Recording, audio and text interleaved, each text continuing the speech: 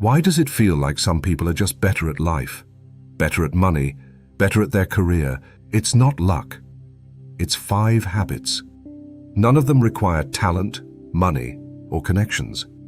Every one of them is something anyone can start today. And every one of them is something successful people do automatically, without thinking, because the habit was built years before the results ever showed up. The first habit is waking up with a plan instead of a phone. The first hour of the day sets the cognitive tone for everything that follows. Checking email, social media, or news immediately after waking floods the brain with other people's priorities, other people's emotions, and other people's agendas before a single personal decision has been made. People who consistently perform at a high level across unrelated fields, athletes, executives, founders, share a common pattern of protecting the first 30 to 60 minutes of the day for a fixed routine. Exercise, planning, reading, or simply quiet thinking before any external input enters. The habit is not about waking up early specifically.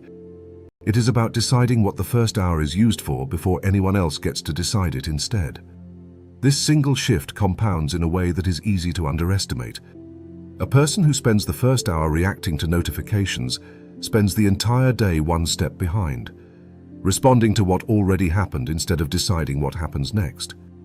A person who spends that same hour planning, reading, or simply thinking enters the day already ahead of every demand that is about to arrive. The second habit is reading consistently, even in small amounts. Warren Buffett has stated that he spends roughly 80% of his working day reading. Bill Gates reads approximately 50 books a year. The specific volume matters less than the consistency. Reading 20 to 30 minutes daily compounds into roughly 15 to 20 books a year, which is more than the average adult reads in several years combined. The value is not the act of reading itself, but the exposure to other people's compressed experience. A single book represents years of someone else's thinking, mistakes, and conclusions, available in a few hours. People who read consistently are absorbing decades of other people's lessons without having to personally experience the years it took to learn them. The third habit is treating physical health as non-negotiable, not optional. Exercise is one of the few interventions with measurable effects on cognitive performance, decision-making quality, and stress resilience within the same day it is performed, not just over months or years. Regular physical activity increases blood flow to the brain, improves sleep quality, and reduces cortisol levels, all of which directly affect the quality of decisions made in any other area of life, including financial and professional ones. The specific exercise matters far less than the consistency. People who treat physical activity as a fixed, non-negotiable part of the day, the way they treat eating or sleeping, report significantly higher energy levels and significantly better decision-making under pressure than people who exercise sporadically or only when motivated. The fourth habit is protecting deep, uninterrupted blocks of time. Multitasking does not exist in the way it is commonly described. The brain does not process 2 complex tasks simultaneously. It switches rapidly between them, and each switch carries a measurable cognitive cost. Research on focused work consistently shows that uninterrupted blocks of 60 to 90 minutes produce dramatically more meaningful output than the same total time fragmented across constant interruptions. People who produce significant work, whether building a business, writing, or solving complex problems, protect blocks of time specifically for this kind of focus, treating interruptions during that block as something to eliminate rather than something to tolerate. A day broken into 20-minute fragments between notifications, messages, and switching tasks can feel busy while producing almost nothing of lasting value. A day with even 90 protected minutes of focus, followed by normal interruptions for the rest of the day, regularly outproduces it. The habit is not working longer hours.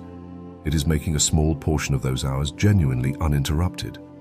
The fifth habit is saying no to good opportunities to protect room for great ones.